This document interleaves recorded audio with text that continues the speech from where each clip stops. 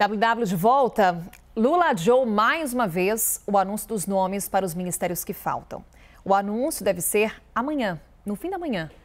O futuro presidente eleito, sofre pressão das diferentes alas políticas que o ajudaram a se eleger. Vamos ver então o que já sabemos sobre essa formação ministerial de Lula. Temos o PT com 7 pastas, entre elas Fazenda, Casa Civil, Educação, portanto, pastas peso pesado. Temos o PSB com 3 pastas, 3 ministérios. O MDB, confirmação que tivemos inclusive aqui durante a programação da CNN, com break news, confirmação por parte do presidente do partido de que o MDB terá 3 pastas, e a gente lembra ontem o nome de Simone Tebet no planejamento, hoje os nomes de Renan Filho e Jader Filho também aparecendo nessa composição ministerial. E temos o PCdoB com 1 pasta. Outros 10 ministérios serão ocupados por pessoas que não são filiadas a nenhum partido político. Aí temos a fatia que está em disputa, que é essa tela que você vê nesse momento. E aí temos alguns nomes que já são dados como certos. Por exemplo, no meio ambiente, Marina Silva é um nome que ganha muita força, já é dado como praticamente certo, mas é o Caio Junqueira que vai me ajudar nesse quebra-cabeça. Porque ele está lá em Brasília, Caio, talvez a gente colocando na tela consiga visualizar um pouco melhor o que nesse momento está em disputa. Caio, é evidente o Centrão nesse momento querendo a sua fatia no governo.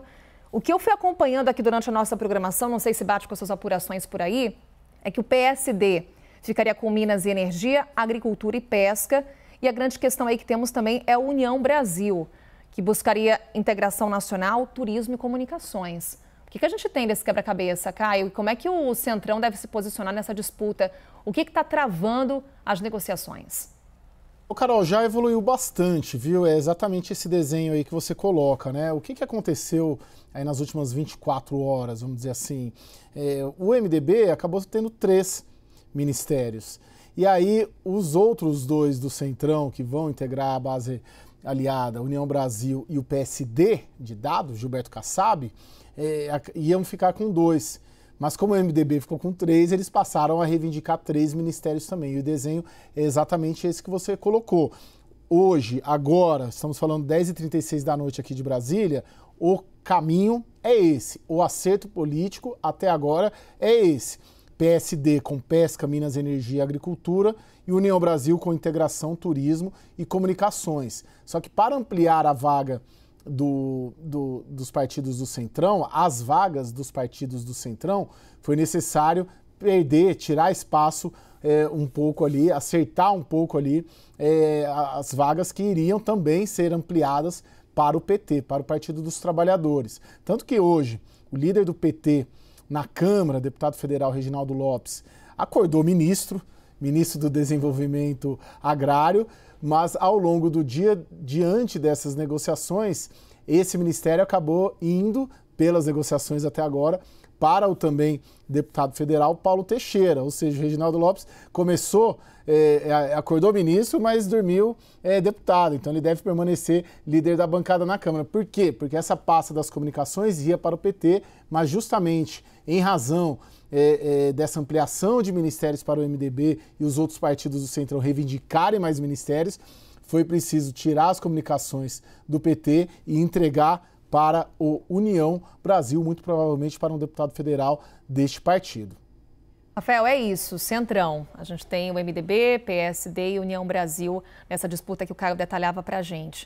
O Centrão também está no atual governo, ocupando ministérios. É possível governar sem Centrão? Não, e não é por um acaso que o presidente eleito está ampliando essa base ministerial.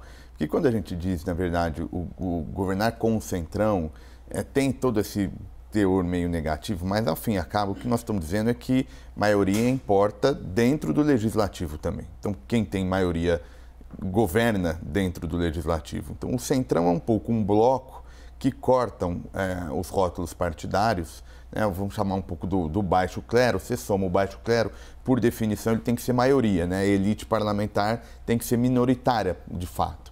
E aí quem governa são esses nomes. Então a tarefa de uma coalizão, especialmente de um partido de esquerda, de um governo de esquerda, incorporar, né, esses partidos de centro-direita e não perder tanto, né, aquela política que considera ideal. E eu diria que, em comparação com os mandatos anteriores, esse é de longe um mandato mais inclusivo do ponto de vista partidário. Só para dar um exemplo rápido, né? Quando a gente está discutindo, o Caio mencionou PSD de dado e União Brasil, mais ou menos o que nós estamos falando é que nesse governo, nesse terceiro mandato Lula, o antigo PFL está dentro da base aliada, né? Algo que era impensável se a gente pensar lá em 2003, né, naquele período. Porque o PFL virou DEM, o PSD se alimentou muito da divisão do DEM, depois a União Brasil é claramente um racha, né, o resultado de uma divisão dentro dos democratas. Isso só para dar um pouco a extensão da necessidade que o presidente Lula enxergou de, para ter governabilidade, ampliar esses postos aí para os partidos de centro-direita.